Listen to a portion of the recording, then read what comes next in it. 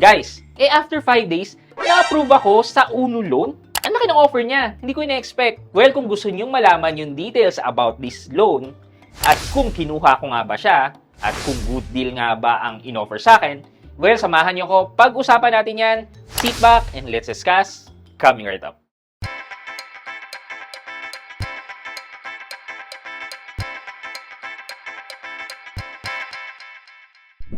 Hi guys, this is Pat and you're in Pat Quintos Review TV. So if you're new here in my channel, I do reviews about personal finance na meron akong experience at ginawa ko na ng videos and playlists na makikita nyo dito sa taas. At kung bago ka dito sa channel ko, you may want to consider subscribing to my channel. Hi guys, so for today, ang pag-uusapan natin, itong naging experience ko with Uno Loan. Okay, so Uno Loan, loan siya or personal loan siya inside the Uno Bank. Yan. Si Uno Bank ay isang digital bank, legit na digital bank na meron ng pautang. Ayan. So, makikita rin natin si Uno Bank sa G-Loan at saka sa G-Gives. Nagpa-finance din sila ng G-Loans at saka G-Gives. And meron din sila sa sariling app nila na personal loan. Yun nga, ang tawag nila ay Uno Loan. Na-discuss ko na to last year, nung first time na in-announce to. And medyo masaya ako dito at gusto kong magkaroon ng loan na to kasi mababa daw ang interest. But eventually, ang sabi sa akin, we regret to inform you that we cannot offer you a loan at this moment. Well, apply daw ako after 6 months. Ito na nga, dumating na nga yung 6 months. But before we get to that, reviewin muna natin sa simula kung ano ba tong Uno Loan. Check natin yung website ni Uno Loan. Okay, so punta tayo sa website ni Uno Bank. So ito, yun nga, sabi ko nga sa inyo, digital bank si Uno Bank, one of the 6 licensed na digital bank. Yan, Uno Now. So ito yung loan na pag-usapan natin. Loan up to 200,000 pesos with Uno Now without the need for collateral. Plus, you have the option of monthly installment payments up to 36 months. Yan, so check natin. Yan. Sabi dito, Uno Now loan is available to applicants who meet all of the following criteria.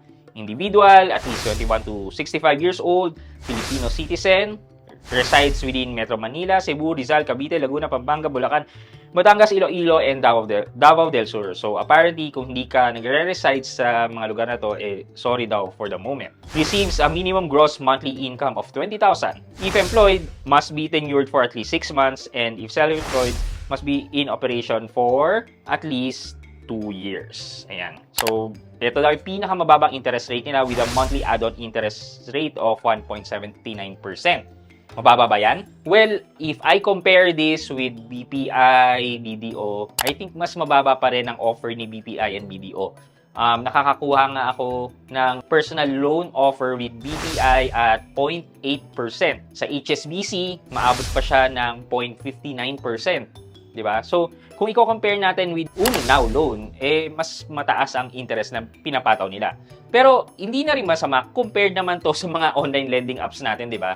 Na sobrang taas talaga ng interest. Okay, so, i-check natin sa app kung paano ba ako nag-apply dito. So, dito sa app, pagbukas nyo, from your savings dashboard, punta lang kayo dito sa loans. Ayan, nakalagay dito, #Uno Now, quick cash loan, near real-time approval and disbursement. However, guys, hindi naman po to near real-time per my experience. Pero no income documents required. Actually, hindi rin naman. No collateral guarantor needed. Yes, no collateral guarantor needed. And flexible and convenient payment terms. Well, oo nga. Okay, so click natin yung apply now. Sabi sa akin dito, ayan, congratulations, you are pre-qualified to avail of this limited loan offer with #Uno Now loan of up to, wala naman sinabi. Tapos, do you have a special code? Wala naman.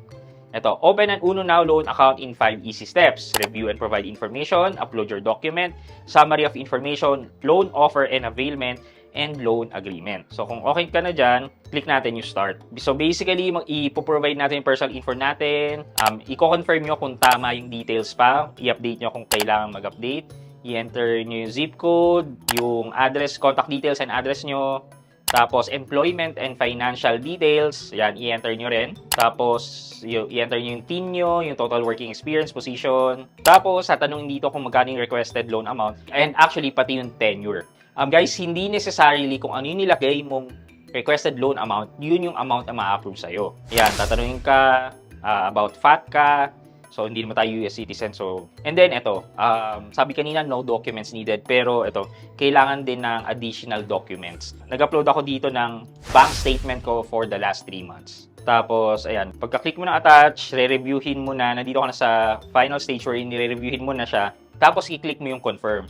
Sikot lang siya. Ang tagal actually niya. Yan. Tapos, sabi dito, we are processing your information. Tapos, after niyan, bigla naman na ganito. Your hashtag Uno Now Quick Cash Loan is being processed.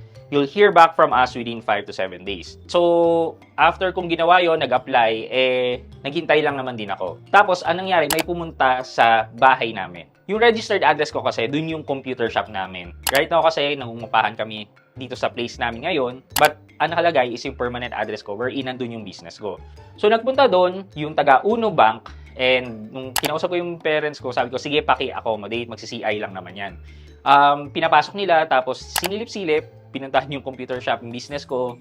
Tapos, ayun, sinilip yung mga gamit. As in, visual check lang naman. And kung doon ba talaga ako nakatira, yun, verify lang yung other information ko dun sa parents ko. Tapos, lumabas, parang nagtanong pa sa kapitbahay daw namin kung doon ba daw talaga ako nakatira. And syempre, kilala naman ako doon sa kapitbahay namin, kaya sinabi na doon ako nakatira. After 5 to 6 days, binalikan ko yung app, hindi ko napapansin, may mga notification pala sa akin, may text message. And then, sinilip ko, eto, sabi sa akin dito, ayan, pag open ko ng app, congratulations, your Uno Quick Cash Loan has been approved. And then, ito yung terms. So, ang na-approve sa aking amount, isang laki, 197,000. And ang loan tenure ko is 24 months. Monthly rate at 3%. Tapos ang contractual interest rate per annum daw ay 58,627. Parang hindi ko magets itong contractual interest rate. Bakit ganyan? Pero ito, installment ko daw ay 14,118.33. Okay. So, gamitin natin tong figure na to. 14,118.33 times 24 months. Lalabas na ang total repayment ko ay 338,839.92. I-minus natin yung principal na ilo-loan ko, 197,000. Lalabas na 141,839.92 ang interest. Laki, no? Okay, divide natin yan sa principal ng 197,000. Lalabas na 71.99 or around 72% ang total interest for 2 years. I-divide natin yan by 2 para makita natin yung per annum o yung APR. So, yung APR niya ay nagkakahalaga ng 35 or 36% per annum. Ayan. So, kung kanina babalikan natin, nakalagay yung monthly rate na 3%. So, lumalabas na kaparehas siya ng credit card ng interest rate. Kasi ang credit card ay 3% per month o 36% din per annum. Ayan. So, divide natin yan by 12. Ayan, makikita natin na 2.9999. So, pag ni-round off nga natin yan is it's 3%. Ayan. So, napakaswerte ko na na-approve ako ng loan na to. However, guys, hindi ko po siya in-avail kasi hindi ko naman po kailangan ng pera at hindi ko kailangan magdagdag ng additional expense ng interest niya worth 140,000. So, may extra pera po ako dito. Sapat po yung ano ko. Ginamit ko lang po talaga to para makapag-record at ma-experience ko kung ma-approve nga ako. Well, it seems na na-approve naman na pala ako sa mga ganitong loan. Kahit pa paano na bigyan ako ng peace sa sarili ko na pag kinailangan ko talaga mag-loan sa bank ng pera or ng pambili ng bahay, so possible naman pala akong ma-approve. Ayan. Pero sabi ko nga, hindi ko naman siya kailangan right now, so hindi ko in-accept itong loan offer nila. Okay. So, yung interest rate or yung loan offer na ibigay sa akin or may bibigay sa inyo or na ibigay na sa inyo, it would really differ at hindi pare-parehas. Sabi nga kanina, yung lowest na interest rate is 1.7 pero ang nabigay sa akin ay 2.99% or 3%. Diba? So, hindi talaga pare-parehas. It would really depend on your capacity to pay, ayan, yung credit score nyo, and yung mga existing na mga utang nyo or mga loans nyo. They are all taken into consideration when you apply for our loan, lalo na sa mga legitimate banks or legitimate financial institution. Okay, for our question of the day, meron din ba kayong ganitong experience wherein binigyan kayo ng offer pero you decided na hindi nyo na lang kukunin? And ano yung mga reason nyo kung bakit nyo dinecline yung loan? Let me know sa comment section sa baba at may chance kayong manalo ng 1,000 pesos sa ating weekly GCash giveaway.